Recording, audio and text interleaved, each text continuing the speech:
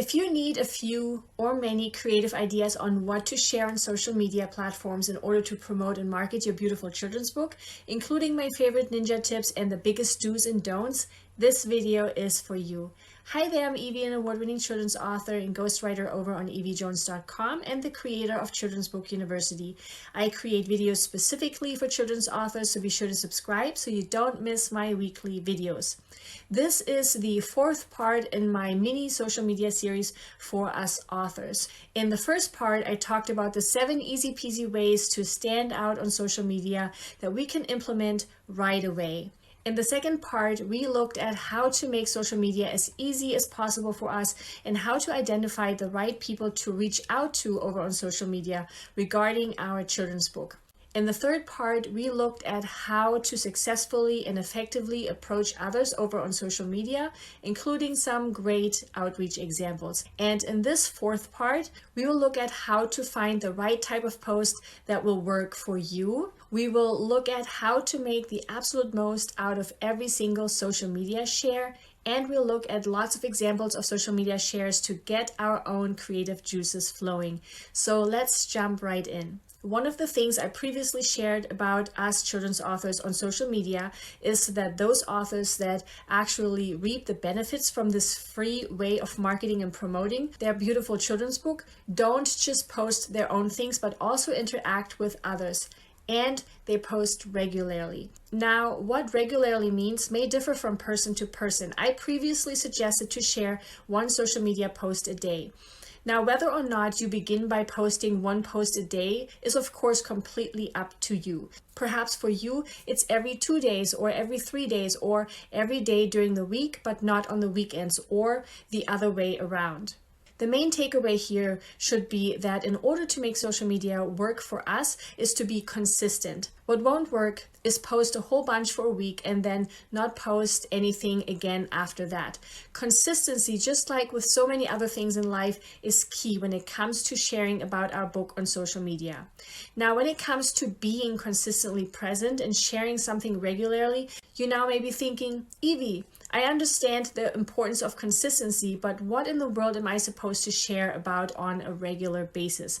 And that is a great question. One of the biggest tips I can give that will help so much with our consistency is to keep it simple. And so that is my first ninja tip. Now, if social media is something you enjoy and you'd like to curate a certain look or branding, you can absolutely create the most beautiful images over on places like canva.com.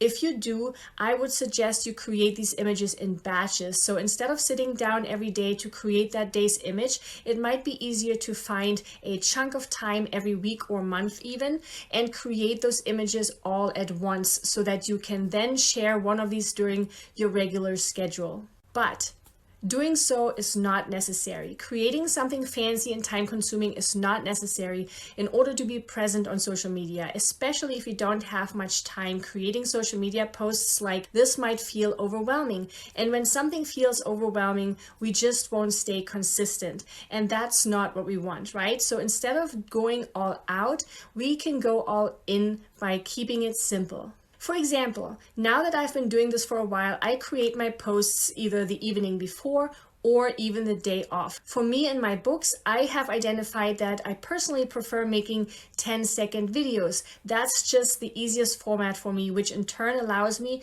to stay consistent. So always remember, our posts don't have to be perfect. The more authentic, the better. My second ninja tip is a really big one and a really strategic one that will help us make the most out of every single one of our social media shares. And that's how to choose the social media platform that works best for us by knowing the use of the different social media platforms.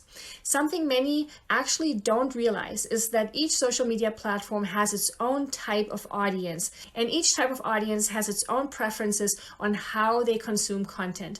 And on top of that, each social platform has different sections, each of which does different things and reaches different people, which is also why we have different social media platforms to begin with, right? If they would all do the same and reach the same people, there would be no need for multiple platforms. And to show you what I mean, I created a table. But I wanted to add an important side note here first to keep in mind at all times. Things, especially in social media, change all the time. So what you may see here today may look quite different a month or two down the road, but the principle behind it will still be the same. And so the reason why I'm still sharing this here with you, even though it may change, is to help you learn to look at things differently with a different level of understanding. So instead of doing what most are doing, we can approach things strategically and actually know why we are doing things a certain way. Okay, so my table right here only covers 3 social media platforms, but we could look at any other platform the same way. I looked at Facebook, Instagram, and TikTok. Every media platform gives users different ways of looking at other people's content and different ways of sharing our own content. And depending on how we choose to share our posts will impact who will actually get to see it. And knowing this is huge. Now, if you're currently not present on any of these platforms, please don't feel overwhelmed. Simply sign up for an account and just start exploring. Remember, if we put our lab coat on and treat all of this like an experiment, we can actually have fun with this. So let's take Instagram, the second row here, as an example. Instagram's way of content viewing and content sharing is through our feed, reels, stories, and lives. So within Instagram, I looked at the what and the who. So within my feed as a user, I see a mix of images and videos, often along with short descriptions, right? But whose images and videos? Only of those people or accounts I am already following. So what does this tell me? The content that is uploaded as a regular post on Instagram can only be seen A, by those who are already following us, and B, by those who actively are searching for the same hashtags we have used for our post. And again, what does that mean? If we as authors are only posting regular Instagram posts in order to be discovered and seen by those that are not already following us, we need to use relevant hashtags on our posts. Otherwise, only those who are already following us will see our posts. Let's look at Reels within Instagram next. Reels are short videos with very short descriptions. Now here, our discoverability by new people who aren't already following us is much, much higher, because here we can be seen by 1, those who are already following us, 2, completely new people, and 3, we can potentially be found through hashtag searches as well. Instagram also offers a story option and a live option. Stories, which are also short videos but that disappear after 24 hours, are mostly seen by those who are already following us. And if we were to go live on Instagram, it would also be mostly for people who are already following us. So looking at these 4 different options of sharing our content over on Instagram, we can now ask ourselves, if we want to reach new audiences that don't know us yet, what would be the best way of sharing our content on Instagram? As of right now, that would be via Reels, right? Followed by regular posts with the use of relevant hashtags. This means that if we were to share a post without hashtags or share our videos as stories only, we wouldn't reach any new people. And that's how we want to look at every single social media platform from now on, to truly make the most out of every single share. First, we will want to figure out if it's new people we want to reach or those that are already following us, because that will determine what medium we'll be using on those platforms and how we are sharing each post on each platform. Using my table can also help us determine what platform might be best for us based on our own preferences. For example, if I don't like making videos, then using TikTok wouldn't be the best way to go, because the content that works best with TikTok are videos, right? And if I know I prefer sharing images only and I know I want to reach new people, I would post on Instagram making sure I use relevant hashtags so those that aren't already following me might still be able to find my posts. Starting to think like this has really helped me share my posts and videos more strategically and intentionally, and I hope this will help you do the same. Now that we understand the reach of the different social media platforms a bit better, let's look at some great ideas for what we as children's authors can share and post about. But Another but. Before diving into our list of creative content examples, I wanted to share a word of caution with you first that is near and dear to my heart. Because we are trying so hard to come up with ideas to post about, what often ends up happening is that authors start going down this how to write a children's book path. What do I mean by that? It's such a fun idea to make a post or video on why we decide to create our children's book and share about our beautiful journey. But when it comes to the step-by-step creation process with the goal of sharing with others how to write their own, please consider sharing the videos or books or other resources that have helped you along the way instead. There are so many beautiful courses on how to cook, right? But just because we took a cooking class or cooked our own meal doesn't make us go and teach others how to cook. Instead, we are usually sharing the name of the recipe book, or we share the place where we found our recipes, right? That's what we usually do. Yet when it comes to writing books, instead of sharing about our own book, we let ourselves be distracted by making posts or videos on how to create a book. And so the reason we should stay away from this type of content is twofold. One, the audience attracted to posts and shares and videos on how to create a children's book is usually not the same audience that would also be interested in purchasing our book. So the people that would come for the book writing content are not the audience we are trying to target or reach for our children's book. So if we start sharing about publishing and then talk about our own books, this might end up being confusing to people and may also confuse that social platform's algorithm. And two, it makes it really hard for people like me to be found. So when looking for help and support with our children's book, either via Google searches or on any social media platform, really, YouTube included, it makes it really hard for aspiring authors to find their way through all this information that is constantly being added to these platforms. If you still feel you'd like to share about the writing side of things instead of sharing posts on how to write a children's book, a wonderful and thoughtful alternative would be to simply share the resources you use to create your own children's book. That way, you keep the main focus on your own children's book. You could tag that resource, who then might potentially reshare your posts, and you would elevate others that may have supported you throughout this beautiful journey of yours. So really a win-win for all.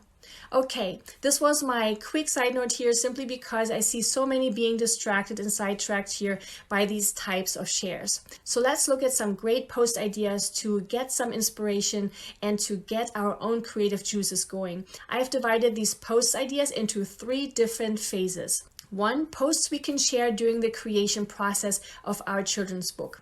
2, posts we can share during our launch of our book.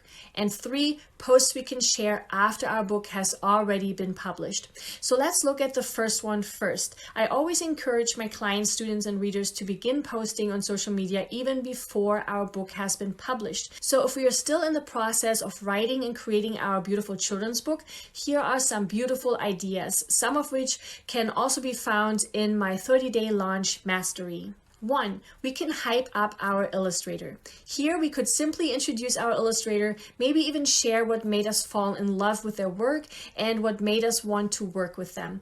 Like Kristen Kish did here with her illustrator, Lisa Wee.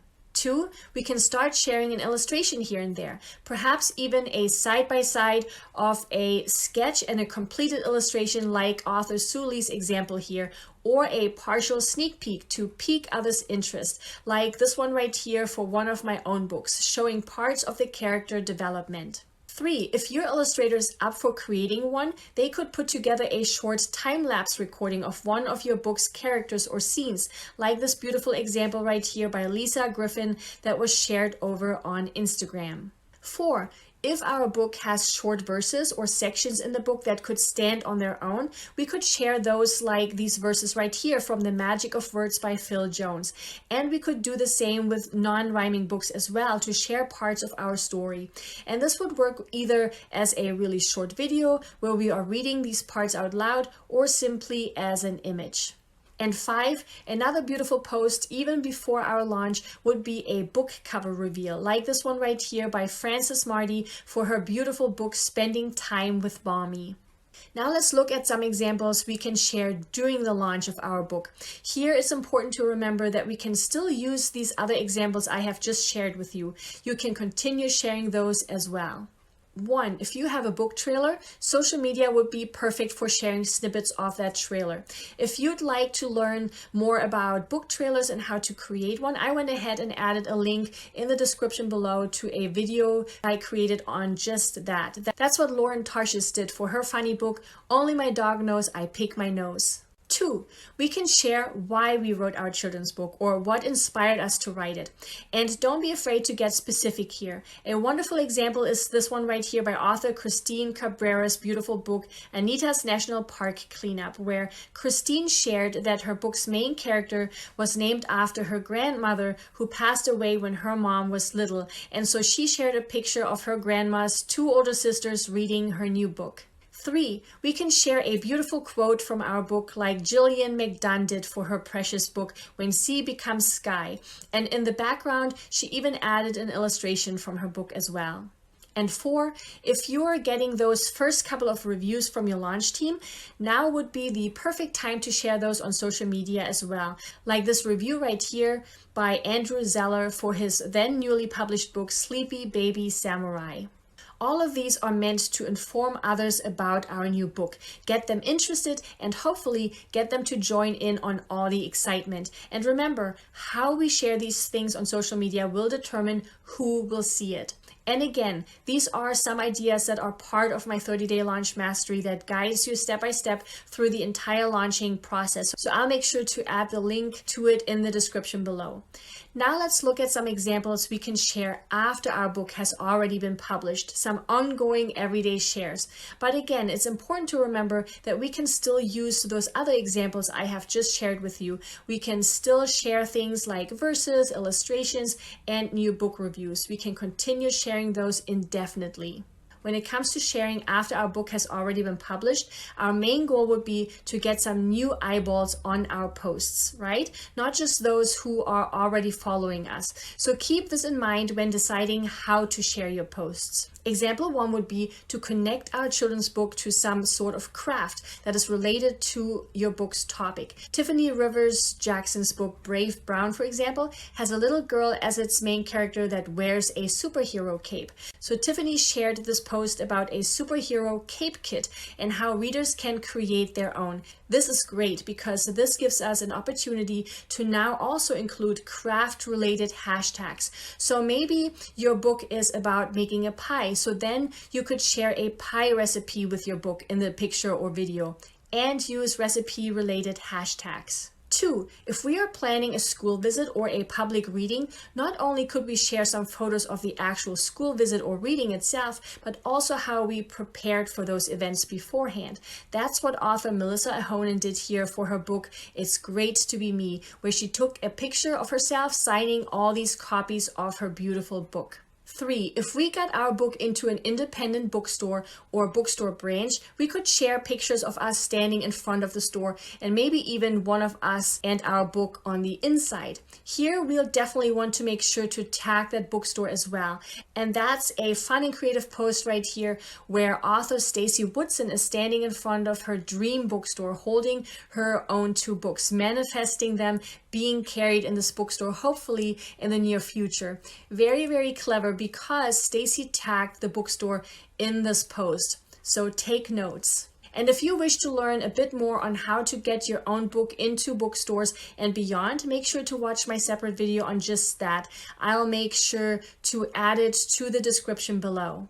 4, if our book has been featured in any way, like in interviews, on a podcast, in an article, or on someone's blog, we'll want to make sure to share that on social media because no matter what kind of feature, that's actually a big deal. And I made a separate video on how to make the most of those types of features and how to leverage these things. So check out the link to that video in the description below as well. That's a truly big one, so don't miss it. 5, if you have received images from friends and family members who took pictures of their kids reading your book and they are okay with it, it, then share those as well. Those types of shares are always the most precious ones, where our beautiful books are essentially out in the wild in action, held by little ones' hands. That's what author and illustrator Martha Jaworowski did with her wonderful book Trucks at First Sight, right here in this cute video she shared over on Instagram. 6, if it pertains or somehow ties to our book, we'll definitely want to share some seasonal posts. So for example, if our book relates to Valentine's Day, we will want to share Valentine's Day related posts. So we'd have Easter, Christmas, Halloween, St. Patrick's Day, days like that. And the same holds true for special occasions like the first day of school or kindergarten. If that's part of our story, then we'll want to mark our calendars to share related posts during those seasons, because that's when those related hashtags will be the hottest. 7, we'll also want to always think beyond our own books. As I shared in one of my previous videos in the social media mini-series, sharing is caring. So besides featuring our own books, we can create individual features or roundup posts of other books as well, where we highlight other authors, either with books you and your own kids really enjoy, or books that are relevant to the current season of the year, or perhaps books that are very similar to your own. This right here is a great example of a roundup of Asian related books on January 13th, the Korean American Day by Maya Lee. And for posts like this, remember to also tag the other authors. Remember, we want to connect with others and elevate others. 8, if our book's goal is to educate little ones about certain topics like the environment, for example, or dog adoption, then we can continue to do the same with our posts. So for example, if there are current environmental developments, we can share about those, making sure we tie in our book as well. And again, if it's something recent or current, then using relevant hashtags will be very hot and active, which in turn can really help our exposure to new eyeballs. And 9, if we are having a sale coming up where we are offering special deals, social media is the place to share this. Here again is a great example from author and illustrator Martha Jaworowski, shared for her wonderful book Trucks at First Sight, informing others of her hardcover sale. The possibilities are truly endless, so I hope those got your own creative juices flowing. And to get even more ideas, you can always type in children's book related hashtags into the different platforms to see what others have been posting. Now, here's one more of my biggest ninja tips. Ninja tip number 3. Don't be afraid to repost after a month or two, because by then you will have new followers and even current followers who may not have seen your previous posts or videos just yet. So once you have a few months worth of posts, you'll have a great archive, so to speak, that you can reuse. Reusing some of our posts will also help us stay consistent and persistent. And remember, our posts and shares never flop, no matter how high or low the views or engagement. Because even if we don't get as many likes as we had hoped we would, we'll always be able to learn something from it. We may learn when not to post. We may learn to make a picture or video more engaging. We may learn to open our short video with a hook, so people are instantly hooked instead of scrolling away. We may learn how to word our description to make it more fun and engaging to read. So we don't ever fail. We either win or we learn. That's it. That's how we grow.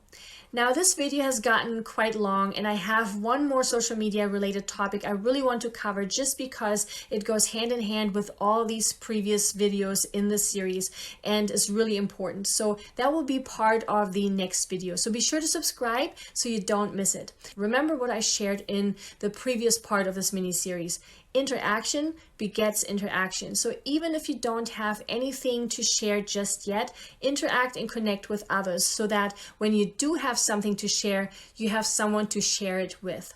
I really hope that this video got your creative juices flowing and also showed you that there is no shortage in what we can talk about on social media. Please give it a thumbs up and subscribe if you haven't yet. It really encourages me to keep making free videos for you just like this one. Here's to your own creative posts. Bye!